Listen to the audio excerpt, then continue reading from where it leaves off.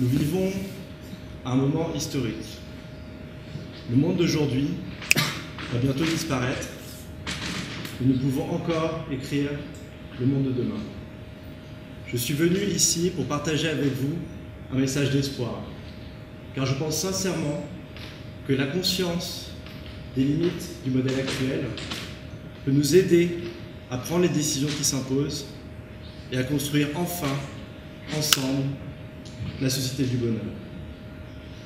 Je voudrais commencer en vous racontant brièvement comment je suis arrivé jusqu'ici, aujourd'hui, à TED, devant vous. Il y a 2 ans, j'étais probablement comme la plupart d'entre vous. Je travaillais à la direction stratégique d'une multinationale de l'énergie. J'avais la volonté de réussir, des projets personnels, une vie relativement insouciante. Mais régulièrement, j'entendais parler de crise, de problèmes planétaires. Ça paraissait très important, mais ce n'était pas vraiment dans mon quotidien. Ça me paraissait très lointain. Et puis un jour, j'ai eu envie de creuser ces questions. À cette époque, j'étais à une position privilégiée pour comprendre en détail et analyser ces questions. J'avais la formation et les connaissances scientifiques avec mon diplôme d'ingénieur. J'avais accès à l'information, notamment à tous les rapports confidentiels de l'énergie. Et enfin, j'avais les méthodes, car mon travail à la direction stratégique consistait précisément à scénariser l'avenir malgré les incertitudes du présent. J'ai donc longtemps étudié, j'ai lu les rapports, les livres, j'ai regardé les films, j'ai rencontré les acteurs, ceux qui étaient pour, ceux qui étaient contre. J'ai toujours essayé d'être pragmatique, objectif, neutre, lucide. Et aujourd'hui, ma conclusion est, je pense que oui, nous avons sérieusement un gros problème. Pour être plus exact, je dirais qu'on a même une multitude de problèmes majeurs, dont les conséquences peuvent être catastrophiques. Je suis venu aussi ici aujourd'hui parce que j'avais envie de partager avec vous ces conclusions. Prenons ces problèmes un par un. L'énergie d'abord.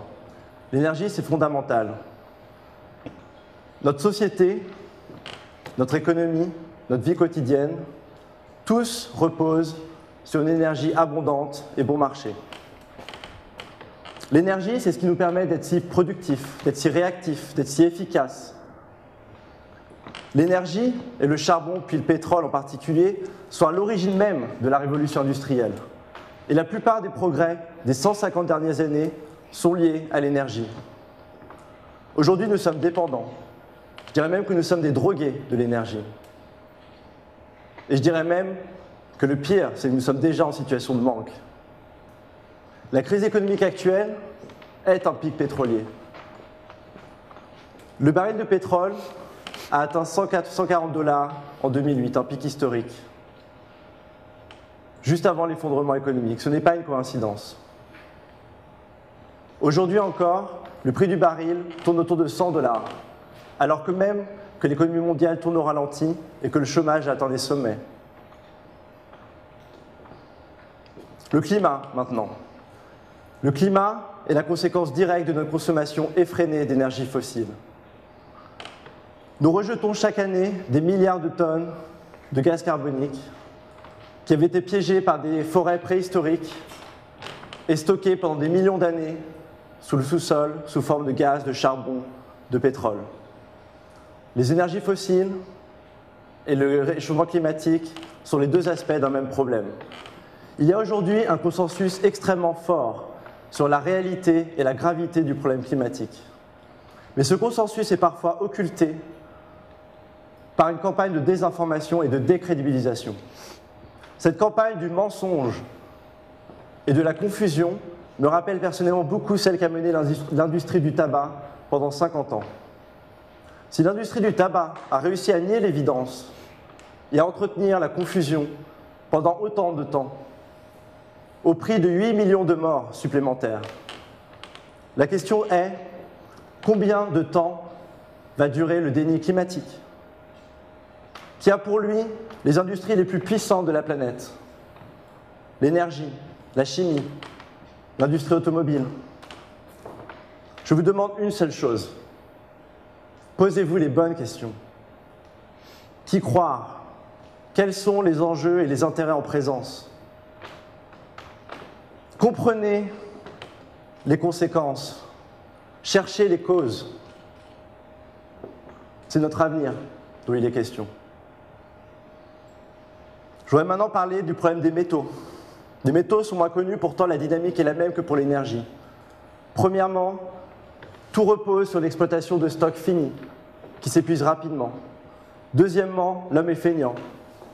Nous avons commencé par le plus pratique, par le plus riche, par les gisements les plus riches, les plus proches, les plus faciles. Nous arrivons à un cercle vicieux où, pour extraire une tonne d'aluminium ou de cuivre, il faut de plus en plus d'énergie, parce que les gisements sont de moins bonne qualité. Mais à l'inverse, il est aussi vrai que pour extraire un baril de pétrole, qui est de plus en plus difficile d'accès, il faut de plus en plus de métaux. La question est si nous devons massivement changer nos modes de vie, notre distribution, l'habitation. Sur quelles ressources énergétiques ou métalliques va-t-on financer ce changement? L'alimentation maintenant, qui pose personnellement de graves questions. La révolution verte est un leurre. Elle repose entièrement sur l'utilisation massive d'énergie fossile.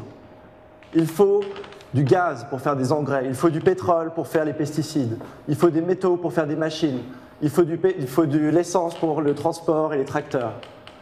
Au contraire, la révolution verte a systématiquement tué toute la vie dans les sols nourriciers.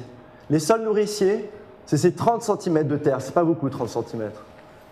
C'est là que se passe toute la vie, c'est là qu'a poussé tout ce que nous avons mangé hier, que nous mangerons aujourd'hui et que nous mangerons demain. Sans ces sols nourriciers, c'est simple, on va tous mourir de faim. Aujourd'hui, ces sols morts sont des éponges inertes, où des plantes malades survivent sous perfusion constante de produits chimiques d'origine fossile. Jusqu'à quand cela va durer? Enfin, un dernier point sur la biodiversité. Nous vivons aujourd'hui la 6e extinction massive d'espèces, à une vitesse alarmante, 1000 fois plus que la normale. La dernière fois que c'est arrivé sur Terre, l'intégralité des espèces de dinosaures ont disparu de la surface de la Terre. Il ne s'agit pas uniquement de 3 plantes exotiques et d'un scarabée. Il s'agit d'un écosystème complet qui n'arrive plus à fonctionner. Et notre survie dépend de ces écosystèmes. Nous avons provoqué la 6e extinction. Est-ce que cette 6e extinction va nous détruire? Je voudrais clôturer cette partie du constat sur 3 principes fondamentaux. Ces 3 principes, je pense, sont essentiels pour distinguer les solutions faisables des illusions fatales. Ces 3 principes sont très simples et ils permettent de sortir des querelles d'experts, de discussions très techniques qui parfois nous dépassent. Le premier principe, c'est qu'il est impossible de résoudre ces problèmes séparément. Il faut les considérer dans leur ensemble. Nous l'avons vu avec l'interaction entre l'énergie et les métaux. Le deuxième principe, c'est que la science ne peut pas tout. La science ne fait pas de miracle, ce n'est pas une religion. Je ne suis pas anti-science, je suis moi-même ingénieur, j'ai une formation scientifique. Mais j'ai noté que la technologie a fait tellement de progrès que pour beaucoup d'entre nous, nous n'y comprenons tout simplement plus rien. Et résultat, nous avons l'impression que tout est possible. Je voudrais juste ici rappeler que nous ne pouvons pas changer les lois de l'univers qui nous gouverne. L'homme ne peut pas dépasser la nature. Dans le meilleur des cas, la science nous permet de comprendre les phénomènes et de les utiliser à notre avantage. Mais en aucun cas, nous ne pouvons modifier les lois de la physique, modifier les lois de la nature. Le troisième principe, c'est que seule une économie circulaire, un système circulaire peut perdurer. Aujourd'hui, nous sommes dans un système linéaire. Extraction, certains diront pillage, production, consommation, puis déchets.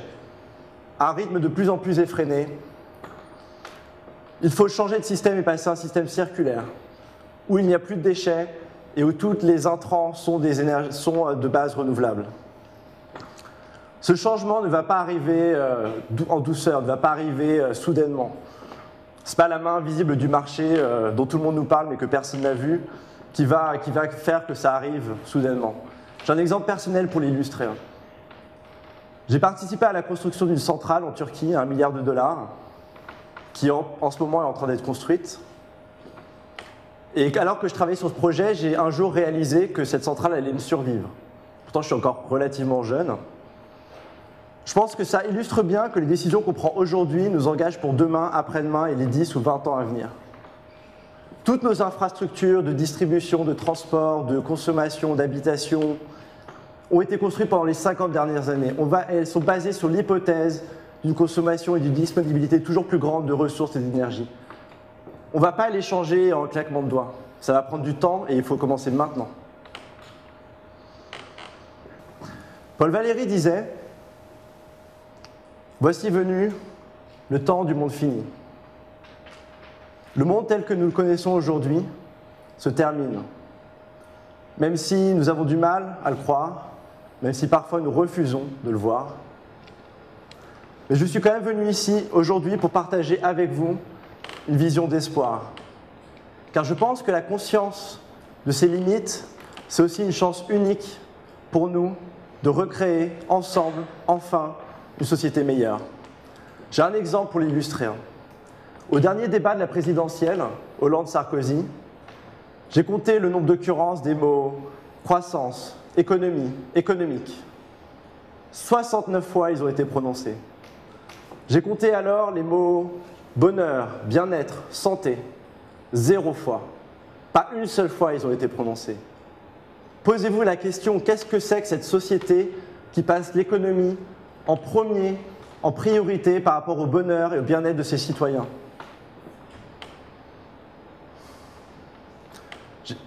J'ai un proche qui aujourd'hui fait face à la mort. Et je pense que c'est dans ces moments-là qu'on voit très clairement la finitude de sa vie et que peut-être tout ça pourrait s'arrêter, que tout s'éclaire. Quelles sont nos valeurs? Quelles sont nos priorités? Quelles sont nos envies profondes? C'est face à la mort qu'on a peut-être le courage de refuser nos cauchemars et la détermination pour poursuivre nos rêves. Je pense que c'est la conscience de ses limites qui peut nous aider à faire les bons choix et à enfin changer de modèle. Mais malheureusement, la conscience de cette finitude, que ce soit pour nos vies ou pour la planète, arrive souvent trop tard, quand nous sommes déjà dans la vieillesse ou dans la maladie, quand le temps de l'action est passé et qu'il ne reste plus que le temps des regrets. J'espère sincèrement pour la planète ce n'est pas trop tard, et j'espère que pour vous, vous prendrez honnêtement le temps d'y réfléchir après cette présentation.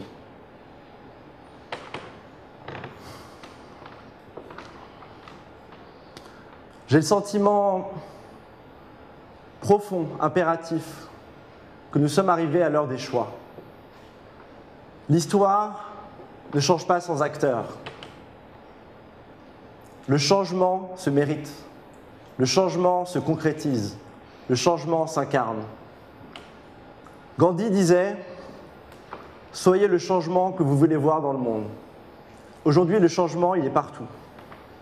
Il est au niveau individuel et familial, avec la simplicité volontaire de refuser la société de consommation, de créer plus de liens et moins de biens.